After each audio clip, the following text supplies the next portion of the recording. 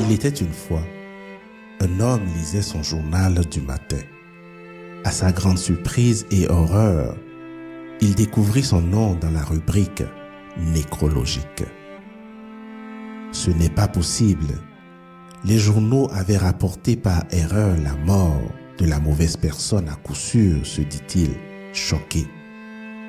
En tournant la page du journal, il est encore plus incrédule de voir qu'on avait même écrit un article sur sa mort. Une fois son calme retrouvé, il décida quand même de lire l'article en question, juste pour la curiosité de savoir ce que les gens auraient écrit sur lui. Pendant qu'il lisait l'article, il secouait la tête en signe de désespoir et ne pouvait s'empêcher de couler des larmes. En résumé, dans l'article, on le surnommait le roi de la dynamite et on faisait référence à lui comme étant le marchand de la mort. En effet, ce vieil homme était l'inventeur de la dynamite. Et quand il a lu les mots « marchand de mort », cela l'a fait réfléchir sur sa vie et l'héritage qu'il aimerait laisser aux générations futures. Est-ce ainsi qu'on va se souvenir de moi ? Se demanda-t-il. Il prit alors la résolution que les gens ne se souviendraient pas de lui comme un marchand de la mort. Il prit aussi la décision de changer.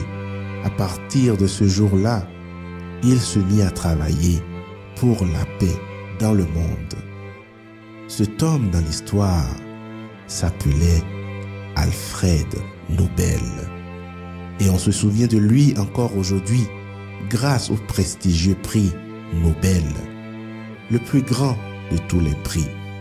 Depuis 1901, le prix Nobel honore des hommes et des femmes des 4 coins du monde pour leurs réalisations exceptionnelles en physique, chimie, médecine, littérature et pour leur contribution à la paix dans le monde.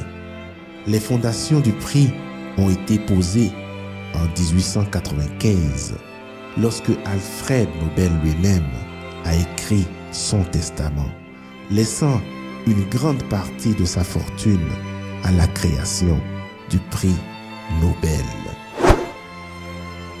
Tu sais, dans la vie, il n'est jamais tard pour recommencer. Alfred Nobel a réussi son pari.